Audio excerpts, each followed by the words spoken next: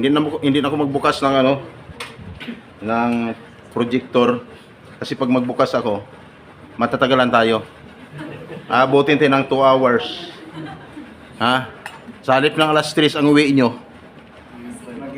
No, magiging alas 6. Dati-dati kasi nagtutok ako 1.5 hour. Pag nagustuhan ng mga aplikante o mga participants, tuloy mo na. No? Kasi kanina may problema kami, ngayon nawala ng problema namin. No? Ex-abroad kami, ayaw ko sana magpidos kasi ex-abroad naman ako. Pero nung marinig, habang ako nagsasalita sa harapan, sabi niya, sir, tuloy mo na hanggang gabi. No? Kasi nawala daw yung antok niya, gutom, nawala. Totoo yun, bakit? Lahat na nagpipidos dito, pagdating sa part ko, lahat ng gutom, busog. Busog ng ano? Ha? Sabi niya ba? Hangin. Okay. Ang dami nyo ngayon, ano? Wow, ang daming paalis. Di ba marami na magtrabaho sa Pilipinas? Dami ah. Marami? Marami. Taas ang qualification. Tama si sir. Mataas ang qualification. Lahat hahanapin sa'yo. No? Edad. Dati wala. Yung mga edad dati, wala nang edad, hindi na wala nang discrimination dati sa edad, no? Ngayon, nagbalikan na naman. Tapos, lalo na pag hindi nakagraduate, no? Yun ang pinaka-problema. Pero, ang dami na sana nagtrabaho, ah. Papindot-pindot lang ang cellphone, di ba? Sa Pampanga. Nung mawala, disimayado lahat, no? Pero, marami nagpapasalamat. Kasi wala na daw. Huwag natin silang pakialaman, hayaan nyo na yan, issue lang yan. Kasi malapit ng eleksyon. No? Importante ngayon, mahalaga, nandito kayo. Tama? Okay. Hay. Si Ma'am Sandra rin tapos na. Ako hindi pa. Lahat ba may natutunan? Kasi nasabi niya? Lahat? Nabanggit ba yung do's and don'ts? Nabanggit? Nabanggit ba yung pag nakipag titigan ka lang, eye to eye contact? Nabanggit? Hindi? Na pag nahuli ka, no? Pwede kang kasuhan? Nabanggit ba na pag nakipag-holding hand ka, no? Kasama mo naman. Pero pag nahuli kayo, pwede kang kasuhan? Nabanggit? Ano? Hindi nabanggit? Ang kaso nun, love case or illicit relationship. Pag nahuli at kinulong, paglabas ng investigation, na napatunayan na kayo nagkasala, pwede kayong makulong. At every Friday, mayroong kasamang latigo. 100 lashes. Na? Sir, naranasan mo na bang? Diba?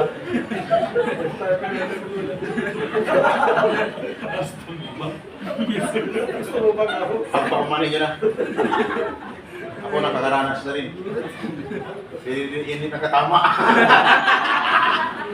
Hindi. Baka sabihin nyo, hambog. No? Hambog. Hindi. 18 yun. Sila ang nalatigo. Hindi kasi, dala-dala ko ito lagi, oh. Jokes na nga kasi super niya ako. Okay! Gusto niyo malaman ang pangalan ko? Kumplito! Dapat, kumplito. Okay. Dapat, may sulat nyo.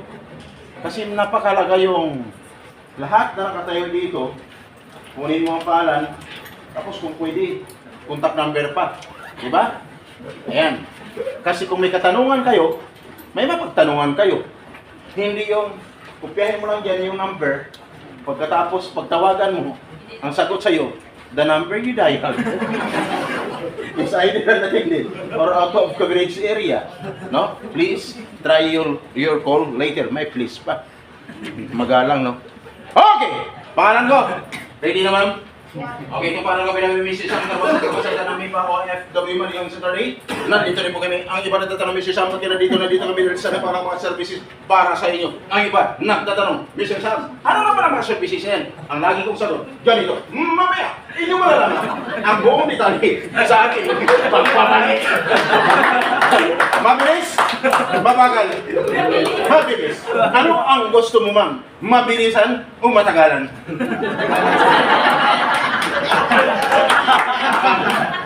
Sumagot ka lang, walang mawawala sa iyo. Mabilisan o matagalan? Gusto niya, matagalan. Tama yung sagot mo. Kasi pag matagalan, feel na feel mo. Tama?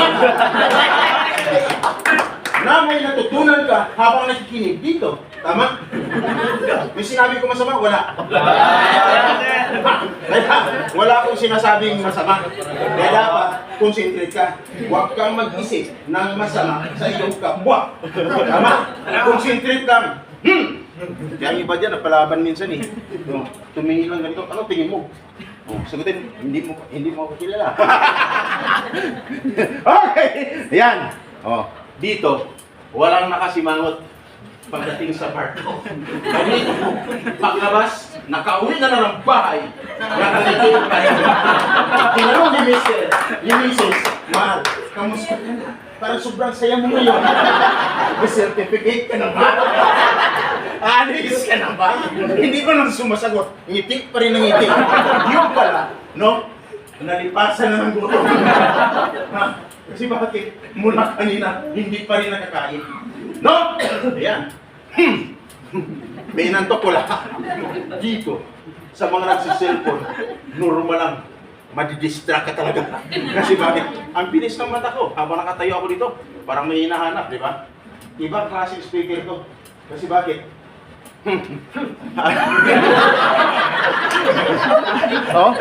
Hindi lang ako ang nakatutok sa inyo, pati cellphone ko, naka-video na kayo. Kaya alam ng inyong mga pamilya na nandito na kayo ngayon, masayang masaya na sila sa inyo. Bakit? Matagal ka nang hinahanap na wala sa inyong lugar. Akala nila kung saan ka na. No, akala nila kung may sinamahan ka ng iba, hindi nila alam. Nagpipidos lang pala, nag-apply lang para makapagtrabaho sa labas ng bansa. Tama? Kaya sabihin niyo sa kanya, shout out po sa mga mahal ko sa buhay diyan sa probinsya, no? Ayan, magkita kayo diyan. Okay. May nantok wala? Wala. Saan trabaho sa probinsya, ang pangalan ko Samuel. Dito, pagdating ko ng Manila, sabi ko, pag nakapunta lang ako ng Manila, talagang level up na to. Level up ko, yung pangalan ko, Sam.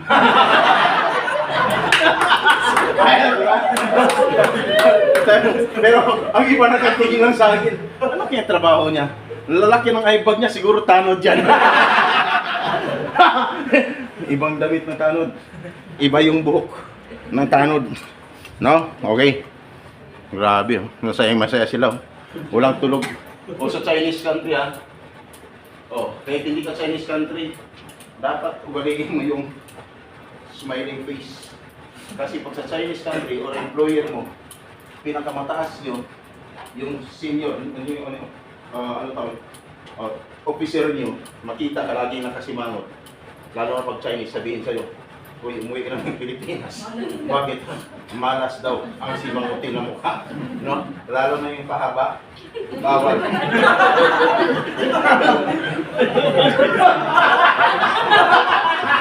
Bawal daw. Hindi, idagdag ko na sa module yan eh. Sa module yan. Yung pahaba, no, bawal daw. Kaya yung isa, last year, nung mag-talk ako, umuwi ng bahay, naglasing. Bakit? Tumingin pa sa salamin. Habang nakatingin sa salamin, nagmumurmur. Ginaganon ang... Kaya pala, hirap na hirap ang buhay namin kasi ito pala ang nagdala sa kahirapan. Gusto nang putulin, nagariin, nalasin lang. No, huwag mong gawin. Kaya mo, gawa ng Diyos, pabuhin mo. Tama? Okay! Kaya, ako na dito. Napaka-iksi lang ng oras ko. Napakalaga para sa inyo. No? Bakit, Mr. Sam? Ano ba mayroon sa iyo? May sasabihin ako sa inyo mamaya. Ang part ko is more on realities. Yung hindi mo alam sa ibang speaker, sa akin yung malalaman. Nakakatakot. Yung hindi mo alam noon, malalaman mo ngayon. Sino ang mga ex-abroad? Taas yung mga ex-abroad. Taas. Then, sino ang mga first-timers? 11. Mas marami ang 11 compare sa 10. Tama? 10 plus 11, 21. Oh, yung hindi tumaas ang kamay, 12. Magkasunod. Mayroon din tumataas ng mga kamay. No? Pero hindi ko na kayo kulitin na pataasin pa ng kamay. Kasi ang iba dyan, nakatingin lang sa akin. Yes sir, yes sir, yes sir. Pero sa isipan, bilisan mo kasi. Tama? Kasi ex-abroad naman ako. Sabi ng UWA, PIDOS is a mandatory seminar. Not only for first-timer, magiging sa mga ex-abroad. Ibig sabihin, walang exempted sa PIDOS. No exemption. Bakit? Taon-taon, mayroong pagbabago na dapat mong malaman. Hindi mo lang noon, pagbalik mo, malalaman mo. Ex-abroad. Na umabot na ng 20 years sa labas ng bansa, meron 20 years. Wala. 20 years. Ma'am. 20 years si ma'am sa labas ng bansa. Ma'am, anong trabaho mo nun? DH. Ngayon? Ayaw mo na mag-DH. Talaga. Mabuti ma'am. Nagbagong ano ka. Kasi bakit? Pag pinagpatuloy mo yung DH, DH ka pa rin. Cleaner na. Ma'am, kamusta ang naging karanasan mo noon as DH? Kamusta? Okay naman po. Swerte-swerte lang sa amin talaga. Swerte-swerte bakit? Ano ba yung amo mo noon? Ano ba yung amo mo noon? Ayan, yan. Ano po? Bali, local po yung seniors ko. Tapos yung other seniors is pay-by-bank po. Iba-iba. Grabe. Di kasi nag-transfer ako sa isang British, tapos punta sa American, hanggang sa... Okay. Wala ka bang naging karanasan, ma'am, na hindi maganda sa employer mo noon? Sabihin mo kung anong totoo. Mayroon din, mayroon. Ano naging karanasan mo noon? Yung pinaka-bad experience mo sa labas ng bansa? Yung ano po, yung nung pandemic na parang sumama na yung situation ko doon hanggang sa nagparang ako naman. Anong klaseng sama? Ano ba yun? Parang gusto ko na rin makalimutan. Parang sumungit sila. Parang, Sumungit. Tuloy-tuloy ang sahod, hindi? At tuloy naman. Kumpleto sa pagkain, hindi? Ay, yes. Hindi ka naman sinisigawan minsan? Minsan. Anong klaseng sigaw?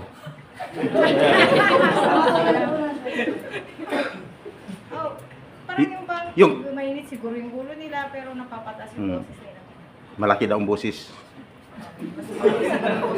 Malaki ang mata. Kasi ang sabi ni sir, ang laki ng mata, ang laki pa ng boses. Kasi malaki sila talaga. Ma'am, nakaranas ka bang napitik or sinasaktan? Ay, hindi po. Hindi naman. Pagkain, okay naman. Ay, yes. Mabait ka, ma'am. Takot lang sila sa'yo. Kaya ngayon, ma'am, maraming salamat. Anong masabi mo sa mga OFWs na nandito ngayon? Siguro na love yourself din kasi kailangan healthy ka para makapagtrabaho ka para sa pamilya. Pag mahal mo ang sarili mo, Mahal mo rin yung trabaho mo at sa pamilya mo. hindi, alagaan mo ang sarili mo. Yeah. Health is wealth. Yes. Tama? Okay. Yan. Narinig nyo, walang naging may nakaranasan na hindi maganda? Wala? O ma'am, itong last na tanong ko. Nung umalis ka noon, nagpidos ka, tama? Year 1999 po. Year 1999. Nagpidos ka. Saan ka nagpidos? Sa Maynila, hindi ko lang matanda. Hindi mo natanda. Pero pidos ka din. Pidos sa tulad din ito. Oo, Hindi mo ganito. Ang tanong ko, Nung magpidos ka, nakita mo ko doon. Hindi niya ako nakita. Tama yun kasi wala naman talaga ako doon. Okay! Nagkulit ko, puro tanong ng tanong. Ma'am, okay lang. 15 years, meron? 10 years. Pero hindi pa kayo magtataga mga first timers. Nung pinatakas ko ang mga kamay ng mga ex-abroad, kukunti na lang. Wala pa sa 10 talaga. Ma'am, kayo ma'am, nasa ilang taon kayo sa labas ng bansa? 6 years. Household? Hindi. Nurse? Salon? Nakatalo naman kasi sa buhok mo pala. Okay. Yan, si ma'am. Okay naman ma'am. Okay. So ngayon, pag umanhin nyo na, makulitan talaga ako. Ngayon, magtatanong lang. Sigaw, pinakamalakas. Dapat yung talagang parang galit na galit ka. No? Isigaw nyo, mga ex-abroad. Ang sagot nyo sa akin, ex-abroad. Yung totoong buhay, OFW. Ex-abroad, masarap buhay, OFW, hindi. Hindi. First timers, narinig nyo. Parang nag-iwan pa sila sumagot. Pero, malaman ang sagot. Hindi. Hindi. First timers, kumusta kayo? First timers, tuloy hindi.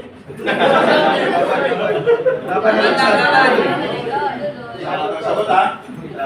Hindi ko sinabi matulog ka dyan. Tuloy. Mr. Sam, bakit? Grabe. Hindi masarap. Naranasan mo na ba yung hindi masarap? Sobrang sakit. Hindi na sobrang hirap, sobrang sakit. Sa buhay, naranasan mo na ba? Naranasan mo na ba yun? Yung sobrang hirap, sobrang sakit. Pero, sobrang sakit. Naranasan mo naman. Mabuti naranasan niya. Ma'am, kayo naranasan niyo rin po? Hindi pa? Hindi pa ni ma'am. Naranasan. Ma'am, ang tanong ko, gusto mo?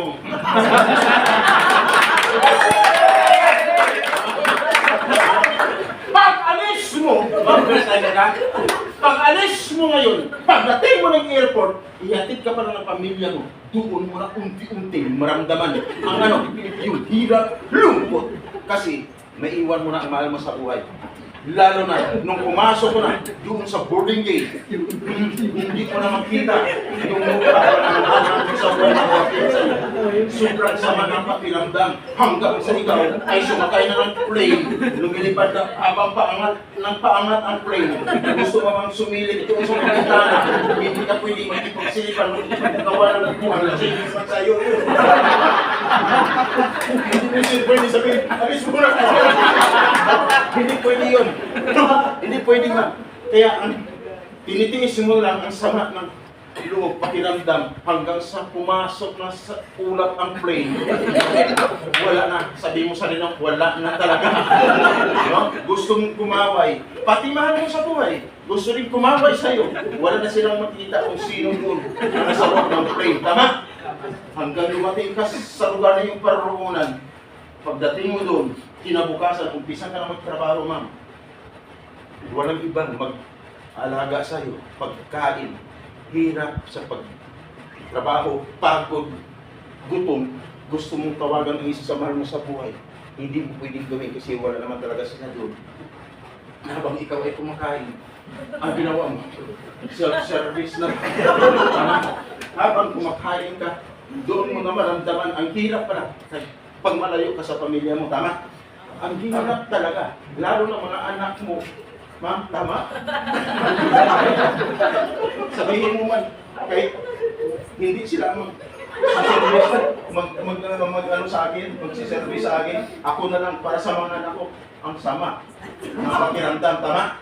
Pero, nung bigla mong maalaala, may dala ka palang cellphone, nilapag mo sa lamesa, kinuha ko, at ginayan mo ang number nila.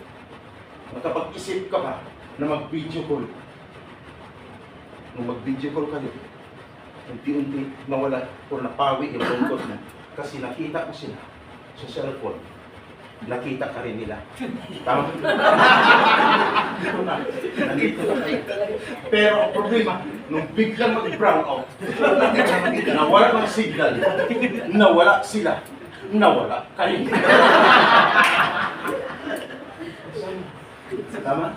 Sabi ng iba, bilisan mo na dyan. Kasi, gutom na tayo. Ganon! Pero, kinabukasan hanggang sa umabot na ang isang buwan ng pagtatrabaho, nakapag-isip ka na, makapagpadala ka na sa pamilya, na unti-unti nang maramdaman mo ang sarap na pakiramdam. Kasi bakit? Nung nakapagpadala ka na, masaya na sila, masaya ka rin. Tama? Kaya, hindi na sobrang hirap, sobrang saya. Pero sino ang mas sobrang saya? Sila. Ang iniisip nila, may kasunod pa to. No? Kasunod! Naghintay sa inyong mga padalang pera. Pero, wala pang isang buwan. Busy na naman. Ring naman ang ring ang cellphone mo. Ma, anak, kailan ka magpadala? Hindi pa nga. Umabot ng isang buwan. Kinukulit ka na. Hanggang sa uminit na ang ulo mo. No? Naiinip ka na. Inuupan mo na ng cellphone. Kaya ang iba, no? Doon na nagsamahan ng loob. Asawa, mag-asawa. No? Pag-uwi ng Pilipinas, nagkahiwalay pa. Mag-asawa ka pa rin ba? Wala na. Wala na. Katulad ka pala ng iba. Nung tinanong ko sa kabila, ma'am, pang-ilang balik mo na? Sabi ko, sir, pang-apat na. Sabi ko, may asawa ka pa rin ba? Ang sagot sa atin, sir, malapit na. Ma'am, ikaw mayroon pa? Mayroon pa? Ayun. Wala. Wala ka pa.